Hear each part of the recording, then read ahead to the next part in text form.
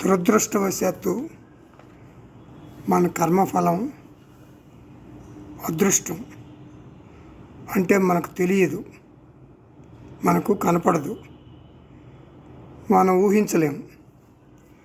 జ్యోతిష్కుడు కూడా కరెక్ట్గా చెప్పలేడు.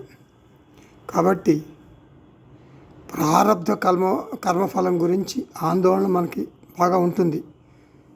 ఒక నగ్న సత్యం చెప్పనా, నిజానికి ప్రారబ్ధ కర్మఫలం నా కర్మఫలమే.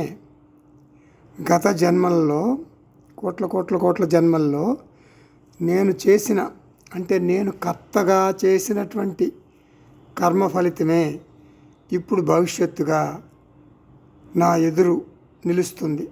అది నేను మార్చలేను, అది నేను తొలగించలేను. ఇది అహంకారం యొక్క ప్రవాహం. నేను భోక్తగా కర్మఫలాన్ని ఎదుర్కోక తప్పదు. ఇది వేదాంతంలో ఒక భాగం.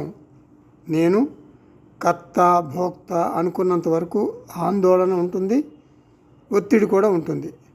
ఎలా ఉంటుంది నా ప్రారంధం, నా అదృష్టం ఎలా ఉంటుంది, మరి నా భవిష్యత్తు ఎలా ఉంటుంది, ఇదే రకమైనటువంటి ఆలోచన సరళి ఉంటుంది. ఇప్పుడు ఏం చేయాలి మనం?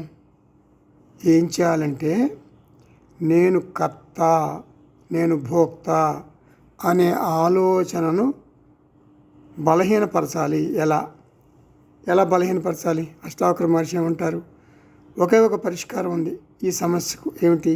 నేను కర్త, నేను భోక్త అనే ఆలోచనను బలహీనపరచాలంటే గట్టి మేళంతో బలహీనపరచాలి.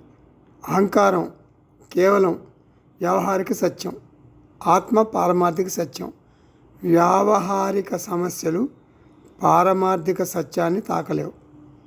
అహంకారం నాతో ఉంది, అంతేగాని తాత్కాలికంగా నాతో ఉంది, అది నా స్వభావం కాదు, అది నిజం కాదు, అది మిథ్య, అది ఫేక్ నోట్, అది నకిలీ నోటు.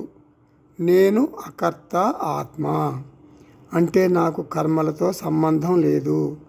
నేను అభోక్త ఆత్మ అంటే నాకు కర్మఫలంతో సంబంధం లేదు.